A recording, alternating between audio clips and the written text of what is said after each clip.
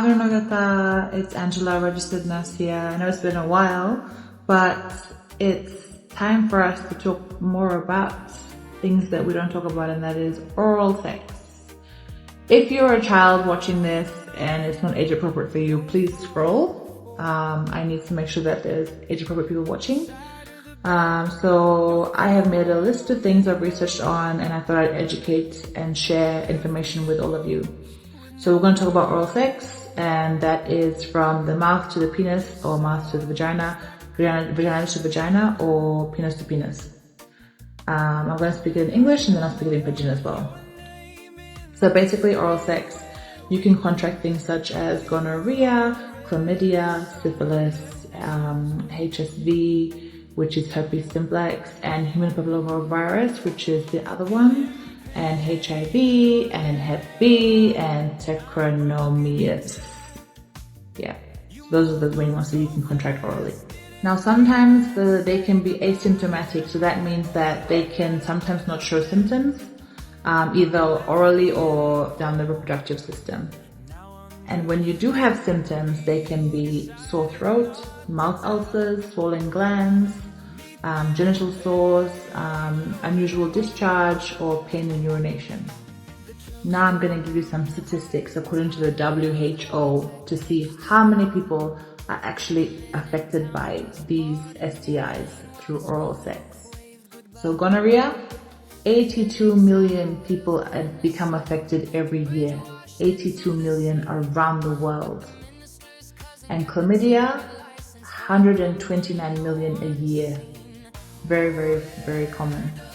And then syphilis, that's around 7 to 8 million affected a year, and around 8 million people are affected in the world.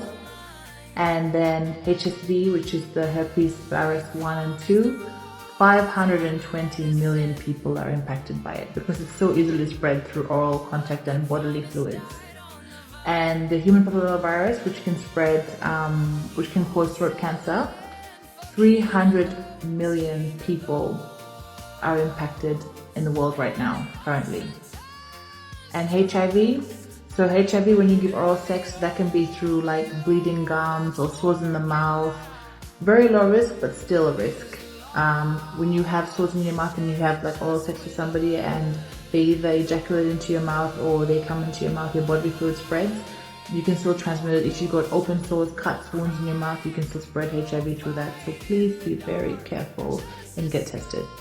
So with HIV, you've got around 1.3 million people impacted every year around the world, and around 39 million people are affected by HIV right now.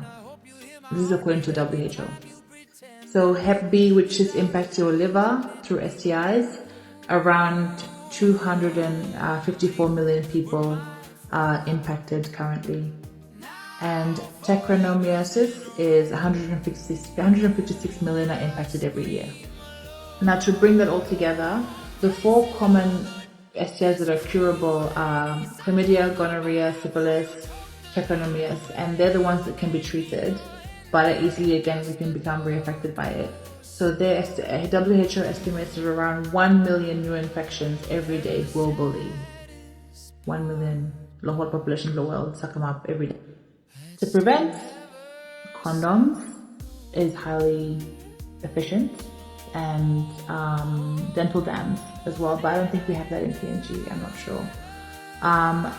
Sometimes if you wear a condom, you don't always cover the areas that are impacted, so there can be either warts or sores around the area outside of the condom, so you can still transmit STIs through that as well.